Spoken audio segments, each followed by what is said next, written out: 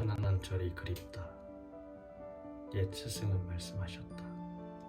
도를 배우는 사람은 무엇보다도 먼저 가난해야 한다. 가진 것이 많으면 반드시 그 뜻을 잃는다. 예전의 출가 수행자는 한 벌 가사와 한 벌 바리떼 외에는 아무것도 지니려고 하지 않았다. 사는 집에 집착하지 않고 옷이나 음식에도 생각을 두지 않았다. 이와 같이 살았기 때문에 오로지 도에만 전념할 수 있었다. 이런 법문을 대할 때마다 나는 몹시 부끄럽다. 지금 내가 지니고 있는 것이 너무 많기 때문이다. 누구나 할 것 없이 한 생각 일으켜 살던 집에서 뛰쳐나와 입산 출가할 때는 빈손으로 온다.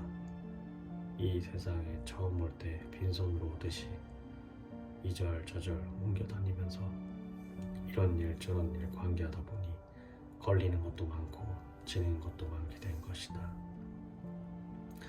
지는 것이 많을수록 수행의 길과는 점점 멀어진다. 출가 수행승을 다른 말로는 비구라고 한다. 산스크리트에서 음으로 옮겨진 말인데 그 뜻은 거지다. 인도에서 모든 수행자들은 전통적으로 음식을 닭발에 의해 얻어먹기 때문에 이런 이름이 붙여진 것이다.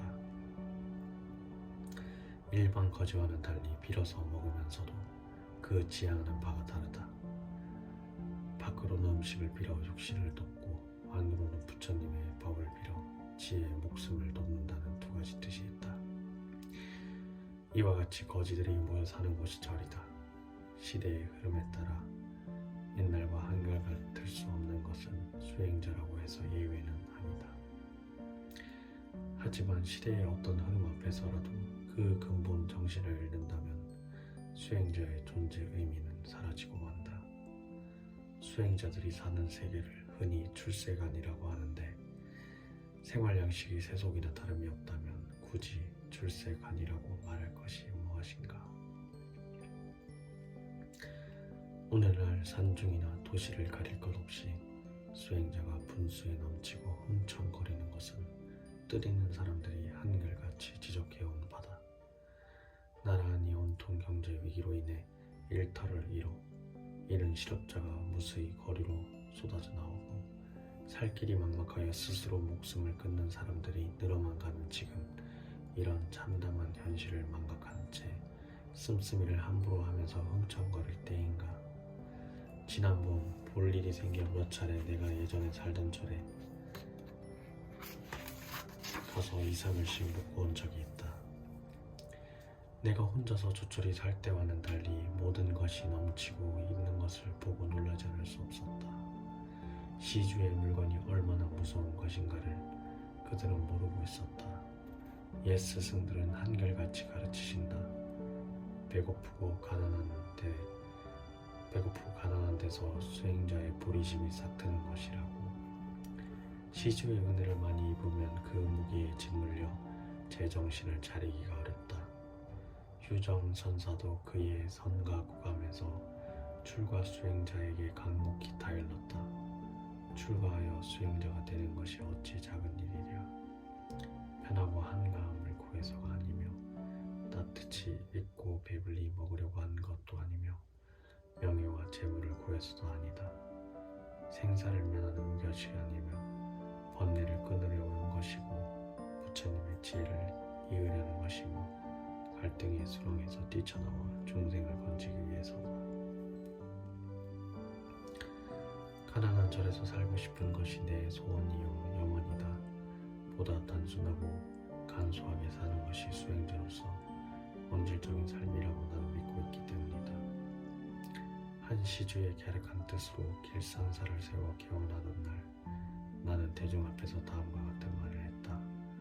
요즘 절과 교회가 호사스럽게 지장하고 흥청거리는 것이 이 시대의 유행처럼 되고 있는 현실에서 이 절만은 가난하면서도 맑고 향기로운 정정한 도량이 되었으면 좋겠다고 했다.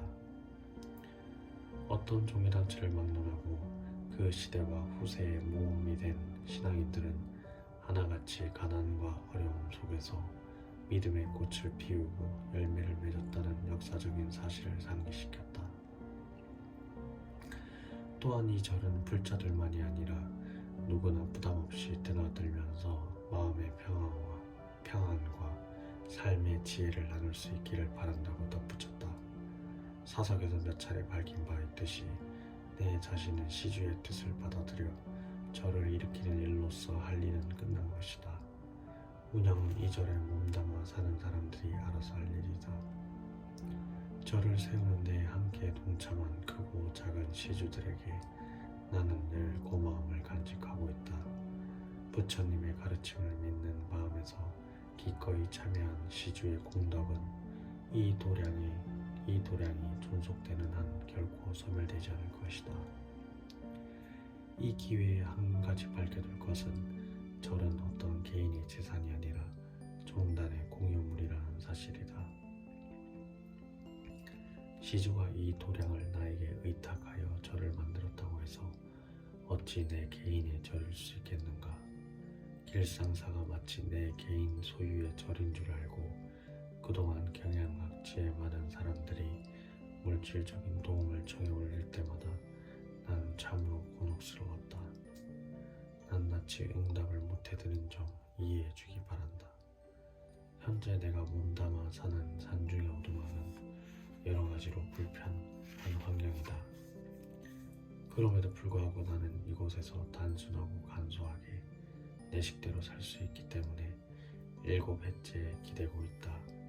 어디를 가보아도 내 그릇과 분수로는 넘치는 것을 감당할 수 없어 나는 이 오두막을 거처로 삼고 있는 것이다. 거듭 밝히는 바이지만 나는 가난한 절이 정정한 도량이 그립고 그립다.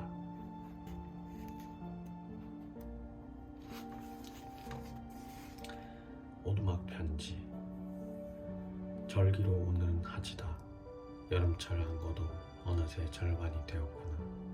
그동안 아주 바쁘게 살았다는 생각이 어제 오늘 든다. 모처럼 상거에 한적한 시간을 되찾을 수 있었기 때문이다. 어젯밤에는 오랜만에 별밭에 눈길을 보내고 어지럽게 날아다니는 반딧불이도 보았다. 그토록 머리 무겁게 생각해오던 방 뜯어고치는 일을 감행했다. 이 궁벽한 산중에서 방을 뜯어고치는 일은 여간 힘들고 머리 무거운 일이 아니다. 미친 바람이 불어오면 굴뚝으로 나가는 연기보다 아궁이로 내뿜는 연기가 더 많을 정도로 불이 들이지 않았다. 아랫목은 발을 디딜 수 없을 만큼 프라이팬처럼 뜨거워도 윗목은 냉랭하고 습해서 집을 비워두면 곰팡이가 슬었다. 이번에는 아예 아궁이와 굴뚝의 위치를 바꾸고 방 구두를 다시 놓았다. 다행히 불이 잘 들이고 방이 고르게 덥다. 그동안의 경험을 통해서 성실한 일꾼과 나는 온돌방의 묘리를 제대로 터득하게 된 것이다. 진정한 배움은 이론을 통해서가 아니라 몸소 겪는 체험을 거쳐 이루어진다. 그리고 몇 차례의 실패를 겪으면서 구조적인 원리와 확신에 이를 수 있었다. 이런 일은 비단 방 고치는 일만이 아니라 인간사 전반에 걸쳐 해당될 것이다. 실패가 없으면 안으로 눈이 열리기 어렵다. 실패와 좌절을 거치면서 새 길을 찾게 된다. 그렇기 때문에 전생애의 과정에서 볼 때 한때의 실패와 좌절은 새로운 도약과 전진을 가져오기 위해 딛고 일어서야 할 디딤돌이다.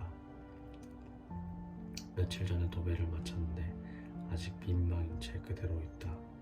방석이나 경상, 다구 등 아무것도 들여놓지 않았다. 나는 이 민망의 상태가 좋다. 거치적거릴 게 없는 텅 빈 공간이 넉넉해서 좋다. 얼마쯤의 불편과 아쉬움이 오히려 즐길만하다. 물론 언제까지고 빈 방으로 살 수는 없겠지만 할 수 있는 한 그 기간을 자꾸만 연장하고 싶다.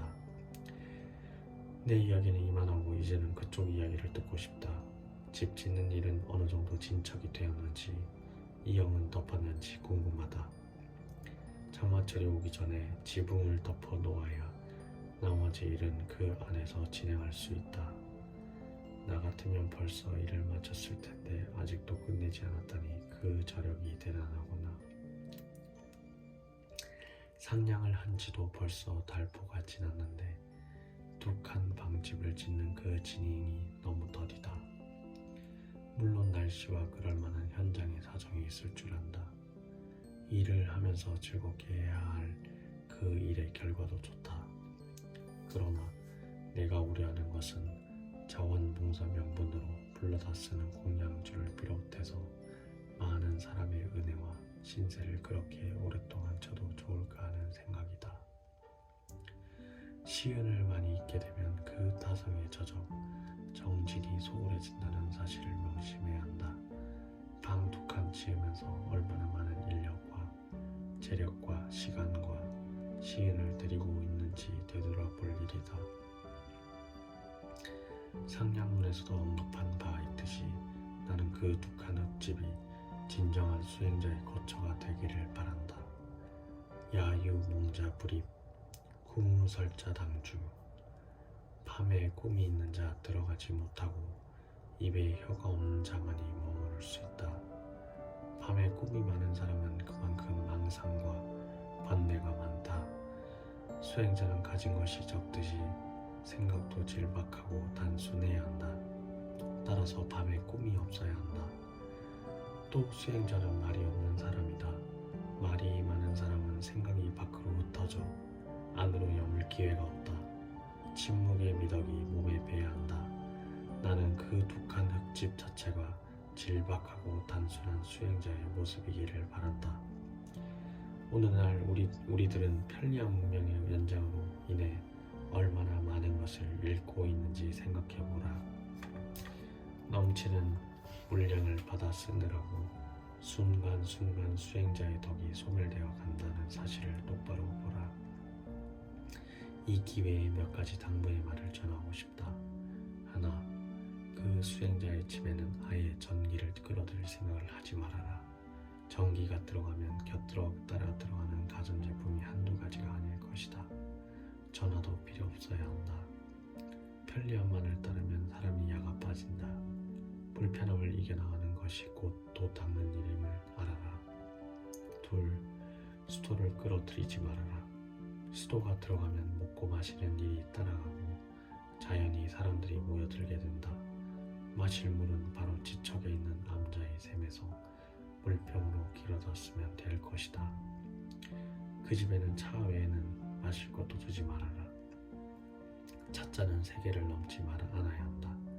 많으면 그 집에 어울리지 않고 소란스러워 차의 정신인 청정에 어긋난다.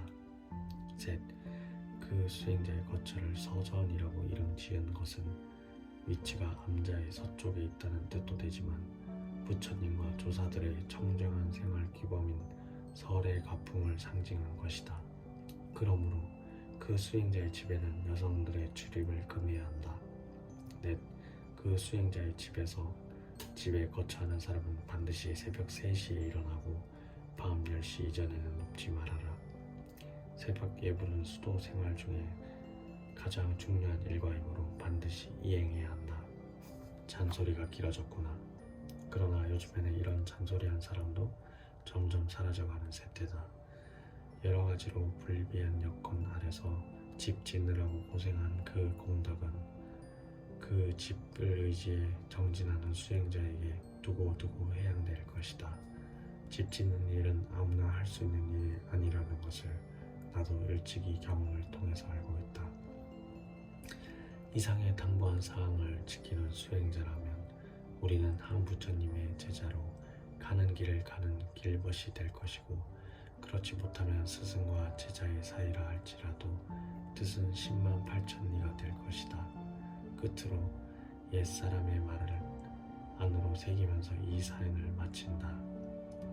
입안에 말이 적고 마음에 일이 적고 뱃속에 밥이 적어야 한다. 이 3가지 적은 것이 있으면 신선도 될 수 있다. 처음 세속의 집을 등지고 출가할 때 그 저 마음을 잊지 말라.